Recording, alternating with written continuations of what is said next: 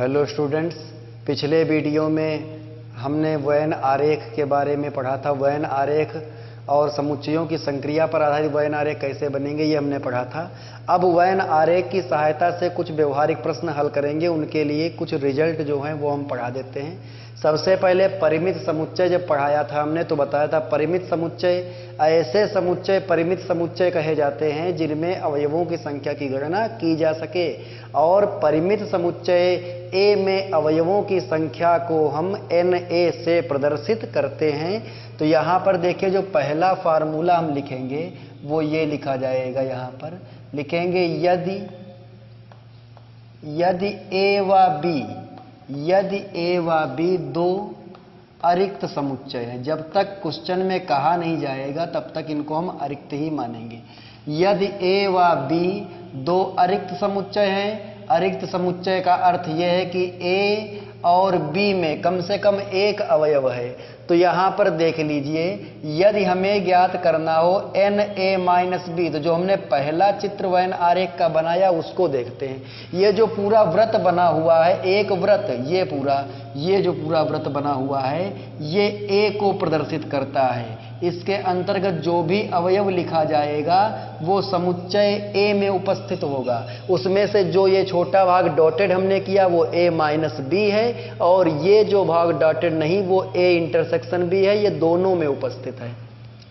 तो यदि A-b हमको निकालना है तो हम क्या लिखेंगे? इसको लिखेंगे Na minus Na intersection B। देखिए यहाँ पर A में से A इंटरसेक्शन B इतना भाग हम अगर माइनस कर दें A इंटरसेक्शन B का तो क्या रह जाएगा? A-b रह जाएगा। तो पहला जो सूत्र बना वो ये बना Na-b is equal to Na intersection B। ठीक इसी प्रकार यदि हमें B-a निकालना पड़े तो क्या आ जाएगा? B-a। तो यहां पर देखिए ये इधर का B-a पूरा जो वृत्त बना है दूसरा वाला, ये पूरा वृत्त बड़ा जो वृत्त बना है वो B है। इसमें दो भाग हैं, B-a भी है, A इंटरसेक्शन B भी है। तो B में से A इंटरसेक्शन B भाग को यदि इतना भाग हटा दें तो जो बचेगा वो B-a होगा। तो इसका एक सूत्र बन जाएगा NB minus NA intersection B। ये दो सूत्र बन गए हमारे, ये फर्स्ट और ये सेकंड। यदि A व B दो अरिक्त समुच्चय हैं तो यदि Na-b हमें ज्ञात करना है तो Na minus Na intersection B, और NB-a ज्ञात करना है तो NB minus Na intersection B। यहाँ पर एक चीज समझ लीजिए कि A-b और A इंटरसेक्शन B डैश ये समान समुच्चय होते हैं। ये लिखिए चाहे ये लिखिए, दोनों का मतलब सेम। B-a ये हो जाएगा B इंटरसेक्शन A डैश, ये हो जाएगा। ये ब्रैकेट में कर देते हैं, चाहे A-b लिख दें और चाहे लिख दें A इंटरसेक्शन B डैश। यहाँ पर B-a के स्थान पर B इंटरसेक्शन A डैश भी लिखा जा सकता है। जो तीसरा है तो देखिए यहाँ पर यदि हमें निकालना हो Na union B, A union B को हम देखते हैं A यूनियन B, तो A का पूरा भाग आ जाएगा, B का आ जाएगा। तो यहाँ पर तीन भाग A यूनियन B, A का पूरा वृत्त B पूरा वृत्त, दोनों यहाँ से लेकर यहाँ तक ये पूरा हो जाएगा। तो A यूनियन B का मतलब क्या होगा? A-b भी होगा, A यूनियन B A भी होगा, A-b भी होगा, A इंटरसेक्शन B भी होगा, और B-a भी होगा। तो ये तीन भागों को मिला देंगे तो A यूनियन B बनेगा। तो इन तीनों समुच्चयों के अवयवों की संख्या का योग ज्ञात करेंगे तो हमारा Na यूनियन B आ जाएगा। तो Na-b प्लस NB-a और प्लस हो जाएगा Na इंटरसेक्शन B, ये आ जाएगा। इसके बाद इसका एक फार्मूला और होता है, ये होता है Na plus NB minus Na intersection B। ये भी इसका एक फार्मूला होता है। इसमें तीनों प्लस में थे, यहाँ पर A इंटरसेक्शन B माइनस है। ये चौथा फार्मूला है। देखिए यहाँ पर Na की वैल्यू निकाल लीजिए तो Na-b या फिर Na-b का मान यहाँ पर रख दीजिए, NB-a का मान रख दीजिए, एन ए इंटरसेक्शन प्लस का एक कट जाएगा और एक ही बचेगा, माइनस में लिखा हुआ है, एन ए एन बी जुड़ जाएंगे, इन दोनों को जोड़ दीजिए और इसमें उठाकर रख दीजिए, आ जाएगा ये फार्मूला। इसके बाद जो ये फार्मूला हमने पढ़ा है कि n A union B is equal to N A plus N B minus n A intersection B, तो इसमें लिखेंगे यदि ए व बी असंयुक्त समुच्चय हो। असंयुक्त समुच्चय किन्हें कहते हैं? ऐसे समुच्चय जिनमें कोई भी अवयव कॉमन नहीं, उभयनिष्ठ नहीं होते हैं, उन्हें हम असंयुक्त समुच्चय कहते हैं। यदि ए व बी असंयुक्त समुच्चय हैं तो ए इंटरसेक्शन बी बराबर फाई हो जाएगा, और इसका अर्थ ये हुआ कि ए इंटरसेक्शन बी में अवयवों की संख्या शून्य हो जाएगी। रिक्त समुच्चय होगा तो अवयवों की संख्या शून्य। तो इस स्थिति में n A union B is equal to आएगा एन ए प्लस आ जाएगा एन बी। ये इतने फार्मूले हैं, इनको नोट कर लीजिए इसका स्क्रीनशॉट लेकर।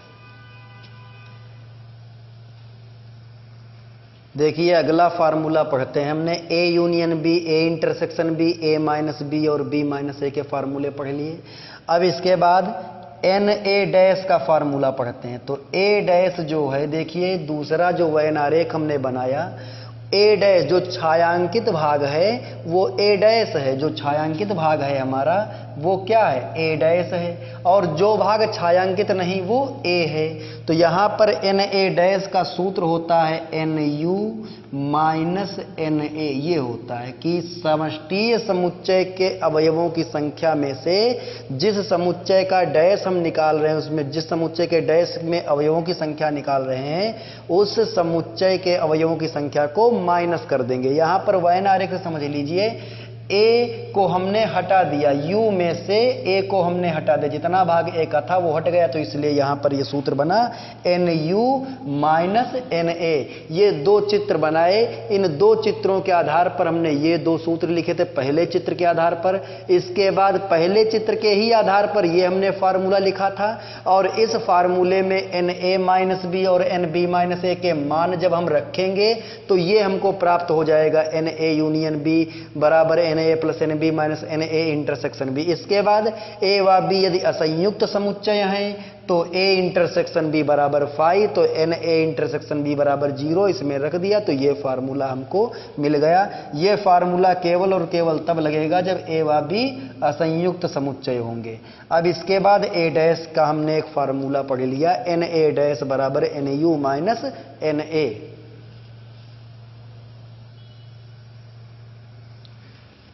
अभी एक फार्मूला हमने दो समुच्चयों के आधार पर पढ़ा था, एन ए यूनियन बी बराबर क्या था? N A plus N B minus n A intersection B, ये सूत्र था। इसी तरह का एक और फार्मूला हम पढ़ते हैं, इसमें ए यूनियन बी था। यदि यहां पर तीन समुच्चय का संघ लिया जाए तो क्या हो जाएगा? तो देखिए यहां पहले तो तीनों, इस पद में देखिए दोनों दो समुच्चय थे संघ में ए यूनियन बी, तो दोनों समुच्चय के अवयवों की संख्या को जोड़ दें, या तीन है तो तीनों समुच्चय के अवयवों की संख्या को हम जोड़ देंगे, एन बी प्लस आ जाएगा एन सी, ये हो जाएगा। इसके बाद जो दूसरा पद था उसमें दो का सर्वनिष्ठ लिया था हमने और उसके अवयवों की संख्या को घटा दिया था, तो यहां भी दो दो का सर्वनिष्ठ, तो ए बी सी तीन है तो ए इंटरसेक्शन बी पहले लेंगे, minus n B intersection C, और इसके बाद minus n C intersection A हो जाएगा। देखिए पहले पद में n A plus N B plus n C लिख दिया, और यहां दूसरे में माइनस लगा दिया, n A intersection B minus n B intersection C minus n C intersection A लिख दिया।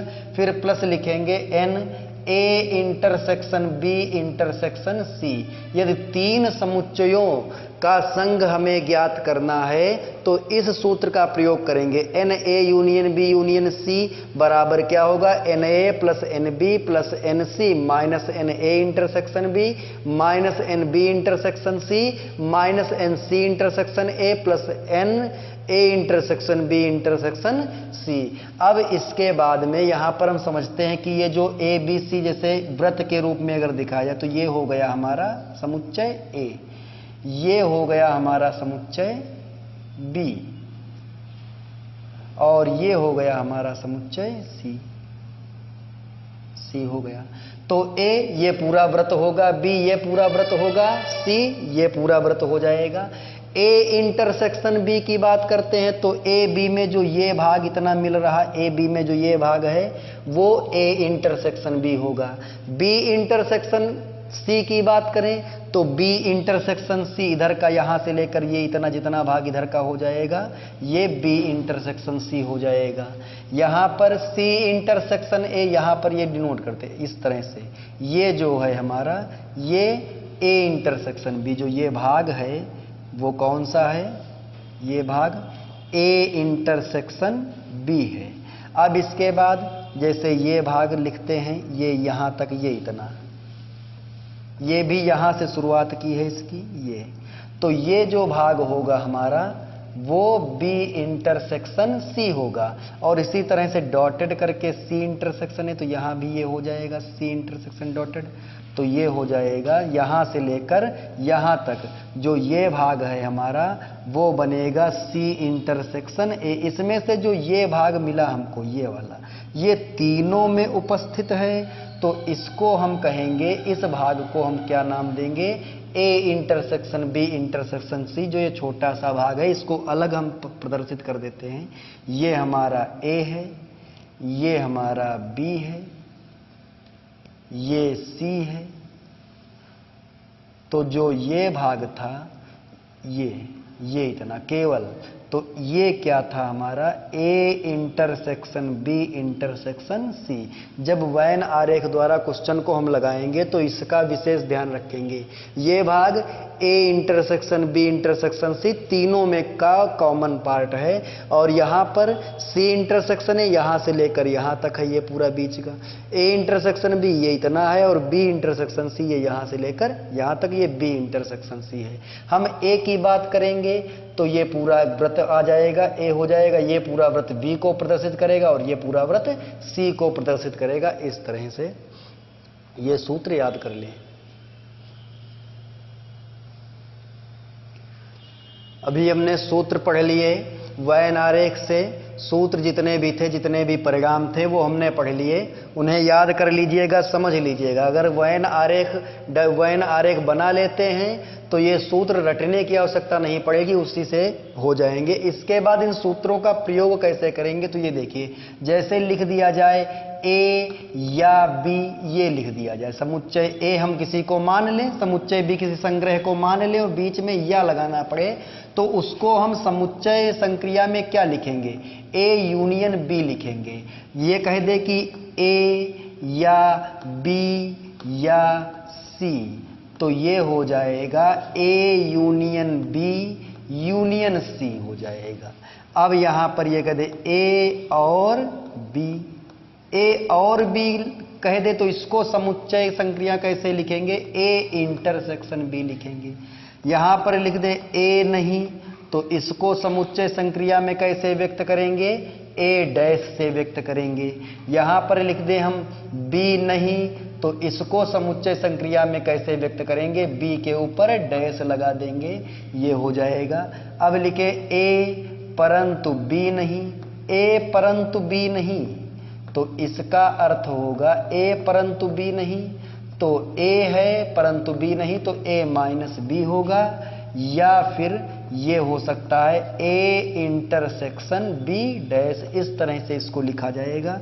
बी परंतु ए नहीं तो इसको हम समुच्चय संग्रह में कैसे लिखेंगे, समुच्चय संक्रियाओं में कैसे व्यक्त करेंगे, ये b माइनस ए हो जाएगा, या कह लीजिए ये b इंटरसेक्शन ए डैश हो जाएगा। इस तरह से ये किन्हीं भी संग्रह को 2 या 2 से अधिक संग्रह दिए गए हैं तो उनको हमें ए मानना पड़ा, बी मानना पड़ा, और प्रश्न में कह रहा है कि या तो ए हो या बी हो, तो वहां पर यूनियन निकालना, यूनियन लगाएंगे। 3 दिए गए हैं, तीनों के बीच ए या बी या सी लिखा हुआ है तो वहां भी यूनियन लगाएंगे। ए और बी लिखा तो ए इंटरसेक्शन बी लगाएंगे। कह दे ए नहीं तो ए डैश, बी नहीं तो बी डैश, ए परंतु बी नहीं तो ए माइनस बी होगा, या ए इंटरसेक्शन बी डैश हो जाएगा, बी परंतु ए नहीं तो B minus A, B intersection A dash हो जाएगा। अब इस पर आधारित कुछ प्रश्न देखते हैं।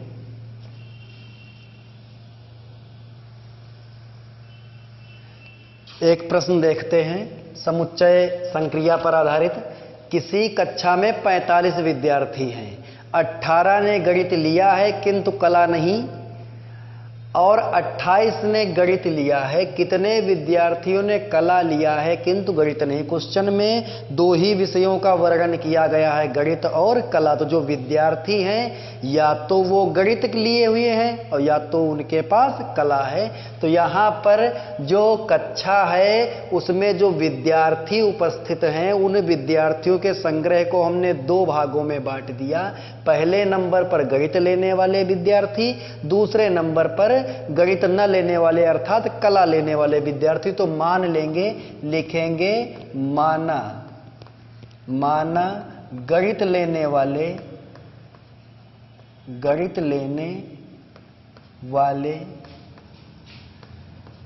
विद्यार्थियों, माना गणित लेने वाले विद्यार्थियों का समुच्चय, माना गणित लेने वाले विद्यार्थियों का संग्रह या कह लीजिए समुच्चय।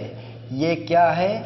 बराबर ए है। माना गणित लेने वाले विद्यार्थियों का समुच्चय ए हो गया, और कला लेने वाले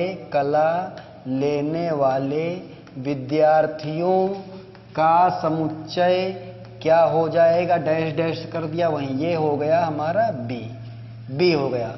तो इस कक्षा में विद्यार्थी 2 ही प्रकार के, या तो उन्होंने गणित लिया या कला लिया है। तो गणित लेने वाले विद्यार्थियों का समुच्चय ए है और कला लेने वाले विद्यार्थियों का समुच्चय बी है। यहाँ पर पहली लाइन लिखी, किसी कक्षा में 45 विद्यार्थी हैं। 45 विद्यार्थियों में या तो वो गणित के विद्यार्थी हैं या फिर कला के, मतलब या तो वो समुच्चय ए में है या समुच्चय बी में। अभी हमने पढ़ाया था ए या बी है तो ए यूनियन बी लिखेंगे। तो एन ए यूनियन बी कितने हैं अवयव ए यूनियन बी में? एन ए यूनियन बी में अवयव हैं 45। इसका अर्थ ये हुआ कि समुच्चय ए या समुच्चय बी एक साथ जब उनको लिखेंगे तो कुल अवयव कितने? 45। अर्थात गणित या कला लेने वाले विद्यार्थी कितने हैं? 45 हैं। ये हो गया। इसके बाद ये कह रहा 18 ने गणित लिया किंतु कला नहीं। अब गणित लिया है, गणित लिया अर्थात वो ए में है परंतु कला नहीं, बी में नहीं। तो ए परंतु बी में नहीं, तो ये समुच्चय अभी हमने पढ़ा था वो था ए माइनस बी। ए में है परंतु बी में नहीं, एन लगा देते तो कुल कितने अवयव हैं? ए में है गणित के विद्यार्थी हैं किंतु कला के नहीं, तो कितने हैं ऐसे? 18 विद्यार्थी ऐसे हैं जिन्होंने गणित लिया है किंतु कला नहीं लिया, अर्थात वो समुच्चय ए में है, समुच्चय बी में नहीं। इसको लिखेंगे ए परंतु बी नहीं, तो ए माइनस बी में अवयव की संख्या कितनी? 18। इसके बाद 28 ने गणित लिया है, गणित लिया इसके साथ कुछ नहीं लिखा, अर्थात समुच्चय ए में कुल अवयवों की संख्या कितनी है? 28 है। और हमें ज्ञात क्या करना है? कितने विद्यार्थियों ने कला लिया है किंतु गणित नहीं? देखिए कला लिया है, कला लेने वाले विद्यार्थियों का समुच्चय, कला वाले विद्यार्थी हैं, बी है परंतु ए नहीं।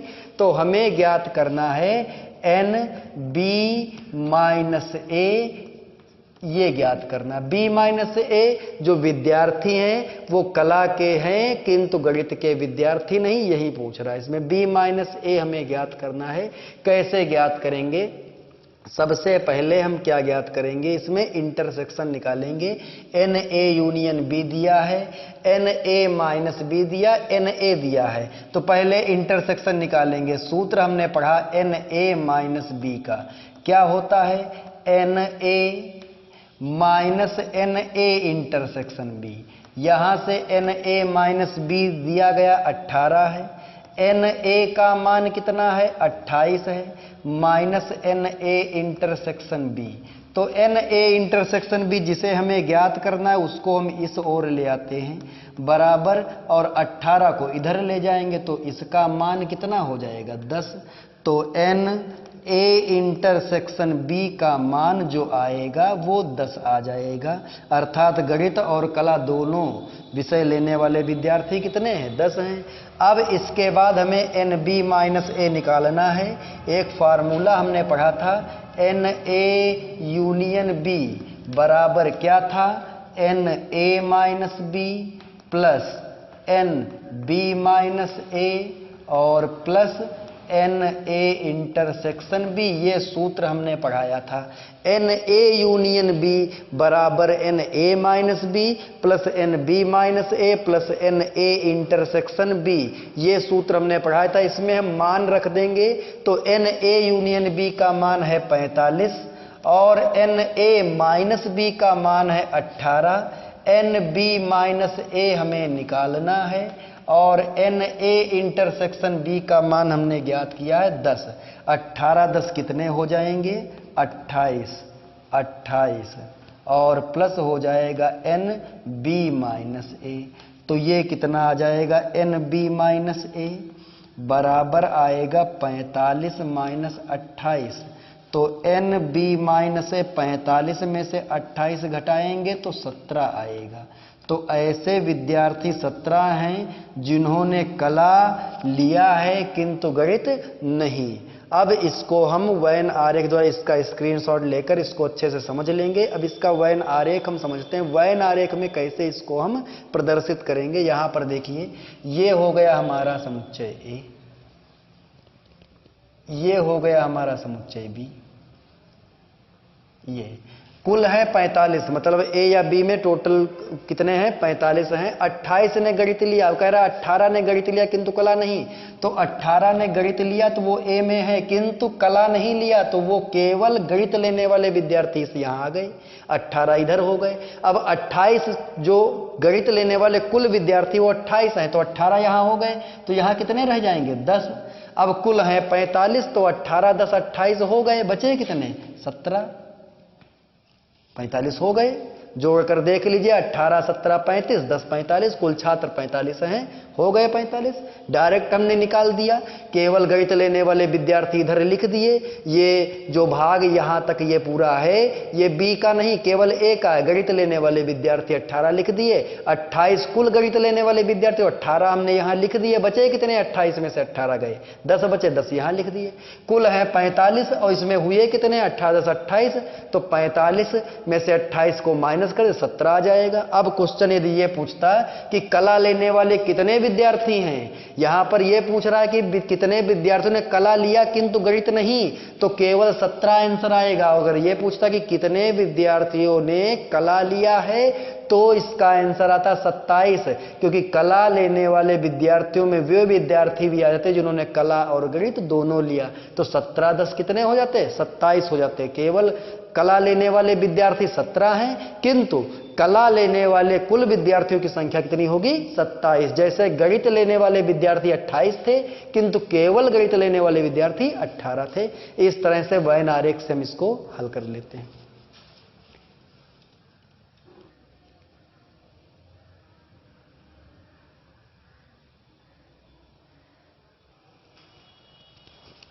देखिए अगला प्रश्न, 1000 व्यक्तियों में से 700 व्यक्ति केवल हिंदी पढ़ सकते हैं और 240 व्यक्ति अंग्रेजी पढ़ सकते हैं। कितने व्यक्ति अंग्रेजी व हिंदी दोनों पढ़ सकते हैं।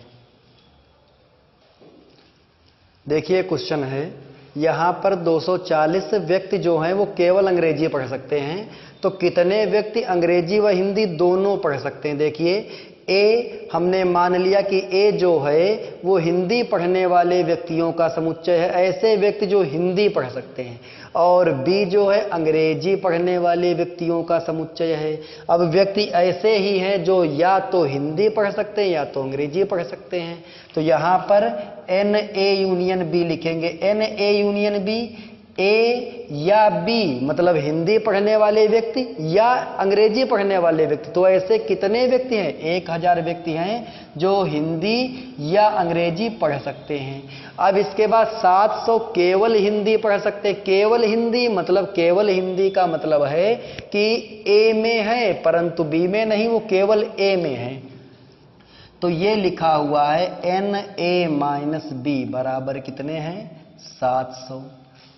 और 240 व्यक्ति केवल अंग्रेजी पढ़ सकते हैं। तो अंग्रेजी पढ़ने वाले व्यक्तियों का समुच्चय भी केवल बी, या ये कह लीजिए केवल बी, या ये कह लीजिए कि बी परंतु ए नहीं, तो इसका मतलब केवल बी हो जाएगा। बी परंतु ए नहीं तो केवल बी ये हो जाएगा। कितने हैं? 240 हैं यहाँ पर। अब ये कह रहा है कि कितने व्यक्ति अंग्रेजी व हिंदी दोनों पढ़ सकते हैं। तो ये इंटरसेक्शन ये हमें निकालना है। एक ही फार्मूला इसमें लगेगा, पहला वाला जो हमने बताया था। कौन सा था फार्मूला?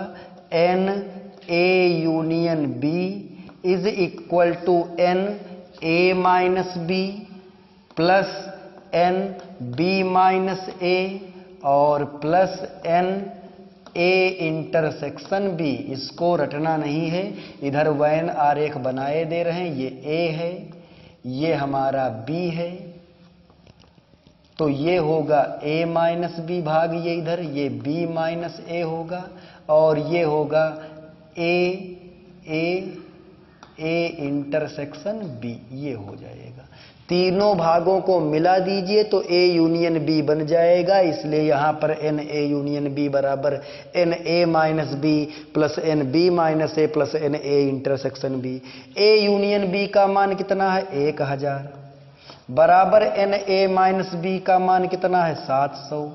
इसका मान 240 और इसका मान n A intersection B. N A intersection B निकालना है तो इधर 1000 लिखा हुआ, इधर 700 माइनस का आएगा, 240 माइनस का आ जाएगा, बराबर एन ए इंटरसेक्शन बी। तो एन ए इंटरसेक्शन बी क्या आ जाएगा? यहाँ पर देखिए 700 240 940 हो गए, 1000 से घटाएंगे 60 आ जाएगा। कितना आएगा? 60। तो ऐसे व्यक्ति 60 व्यक्ति ऐसे हैं जो अंग्रेजी व हिंदी दोनों पढ़ सकते हैं। देखिए हम कैसे जान गए कि इसमें ये हमको निकालना है। अंग्रेजी व हिंदी दोनों पढ़ सकते हैं, मतलब समुच्चय ए में भी है और समुच्चय बी में भी है। तो बताया था कि ए और बी जहां पर भी आ जाएगा वहां पर उसको हम लिखेंगे ए इंटरसेक्शन बी, ये लिखेंगे। इसी प्रकार देखिए ए या बी हिंदी या अंग्रेजी पढ़ने वाले व्यक्ति, तो ऐसे कितने व्यक्ति थे? 1000। तो ये ए यूनियन बी बराबर 1000 हो गया। केवल हिंदी पढ़ने वाले व्यक्ति एन ए माइनस बी बराबर 700 थे। केवल अंग्रेजी पढ़ने वाले व्यक्ति एन बी माइनस 240 थे। अब इसको वैन आरेख द्वारा हल करेंगे तो कैसे लगेगा? देखिए ऊपर चित्र बना हुआ है, उसी के आधार पर ये हमारा ए समुच्चय, ये बी समुच्चय, कुल 1000 व्यक्ति हैं। इधर ये 700 हैं, इधर हैं 240, तो 940 हो गए, 60 इसमें हो जाएंगे। ये बन गया हमारा, जोड़ लीजिए 1000 आएगा। यहाँ पर ये पूछता वेन डायग्राम जब हम बनाते हैं तो उससे हर चीज क्लियर हो जाती है। ये पूछता कि हिंदी पढ़ने वाले व्यक्ति, तो हिंदी पढ़ने वाले व्यक्ति में केवल हिंदी पढ़ने वाले 700 हैं और हिंदी और अंग्रेजी पढ़ने वाले 60 हैं, तो ये मिला देते 760 हो जाते। केवल अंग्रेजी पढ़ने वाले व्यक्ति 240 हैं और ये पूछता अंग्रेजी पढ़ने वाले व्यक्तियों की संख्या ज्ञात करो, तो या फिर ऐसे व्यक्ति जो अंग्रेजी पढ़ते हैं तो वो 300 हो जाते। तो हिंदी पढ़ने वाले कुल व्यक्ति कितने? 760 और अंग्रेजी पढ़ने वाले कुल व्यक्ति कितने हैं? 300। क्वेश्चन में पूछा था कि कितने व्यक्ति अंग्रेजी व हिंदी दोनों पढ़ते हैं, अर्थात जो ए में भी है और जो बी में भी है, इसीलिए हमने ए इंटरसेक्शन बी निकाला था। इसी पर आधारित प्रश्न अगले वीडियो में पढ़ाए जाएंगे। जो भी क्वेश्चन लगवाया जाए उसे फेयर पर लगा जरूर लेंगे।